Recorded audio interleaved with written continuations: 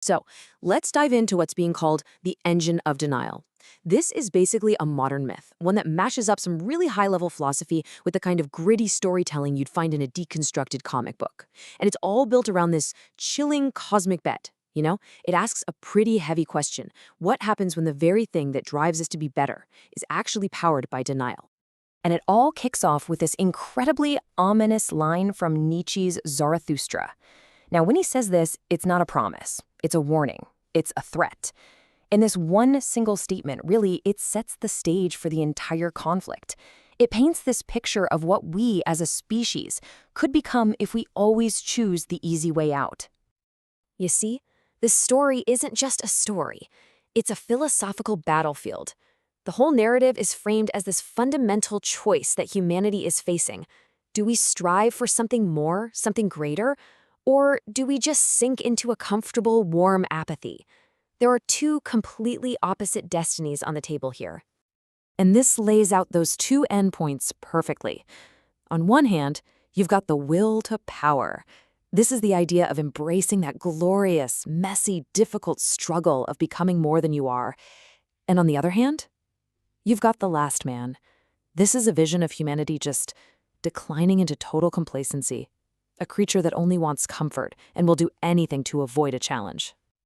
And right here, we see humanity make its choice. When Zarathustra presents this difficult, painful path of becoming the Superman, the crowd just laughs at him. They don't want it.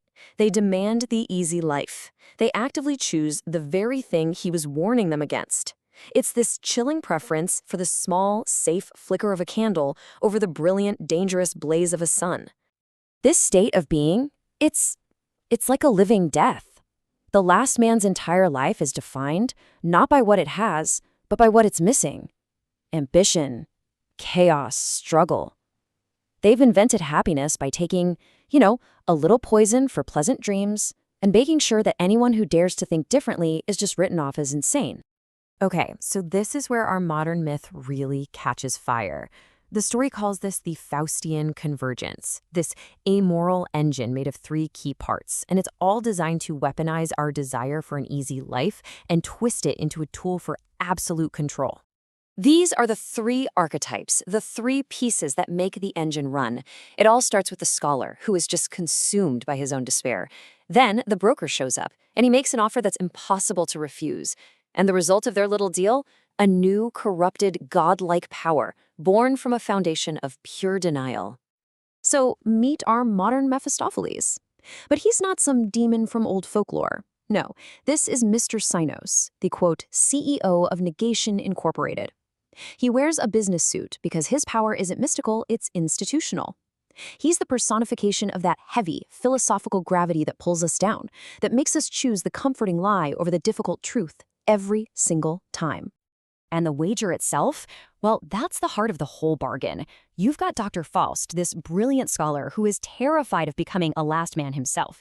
He can feel that apathy creeping in, and Mr. Sinos, he bets him. He says humanity is just too weak, too frail for real self-overcoming. So he offers Faust a shortcut, the miracle man mechanism, a piece of super science that'll give him godhood without any of the work. And the price? Oh, it's just the quiet transfer of his independence and, all his ethical rights. And out of this bargain, a new being is born, the Overman. He is the physical ideal, he looks the part, but he is built on a foundation of negation, a shortcut, a philosophical lie. He's a god born not from affirmation and struggle, but from pure, simple denial. The power this being wields is it's immense. It's almost impossible to comprehend. A storm of lightning, madness, and absolute will. The source material describes it as raw, terrifying, and completely amoral. His footsteps literally sound like thunder, announcing a new kind of world order, one that has no time for human feelings or morality. And this is the central paradox, right? The Overman has the form of the Nietzschean ideal, but philosophically, he's a total fake. He's a cheap cheat. His memories of struggle and overcoming are all false. They were implanted to hide the truth that his power was just handed to him. And that makes him a puppet for the very spirit of denial he was supposed to conquer. And while all this is happening on the outside, there's a crisis going on inside this god. The original scholar's consciousness, his moral center, is still in there, trapped. And the overman despises that part of himself. He sees it as this pathetic, weak, sniveling remnant of humanity. The last man is now, quite literally, inside the machine of the overman. All of this builds to an absolutely terrifying endgame. The overman's ultimate goal? It isn't conquest. It isn't destruction. It's something so much more chilling. It's the complete and total neutralization of human aspiration. He wants to create a global cage of contentment. Yeah, he actually calls it the enforced last man state. This is his new world order. And it's not built on tyranny as we know it. It's built on the very apathy that the scholar who created him once feared more than death itself. His method is just insidious.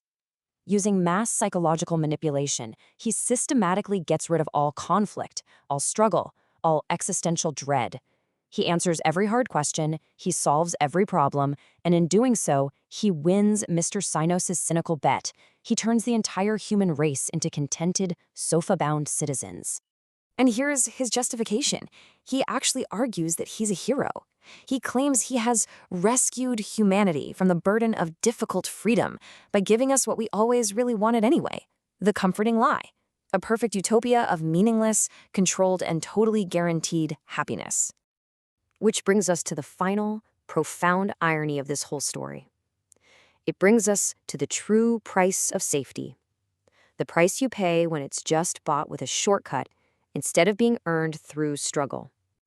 And the ultimate self-betrayal is this.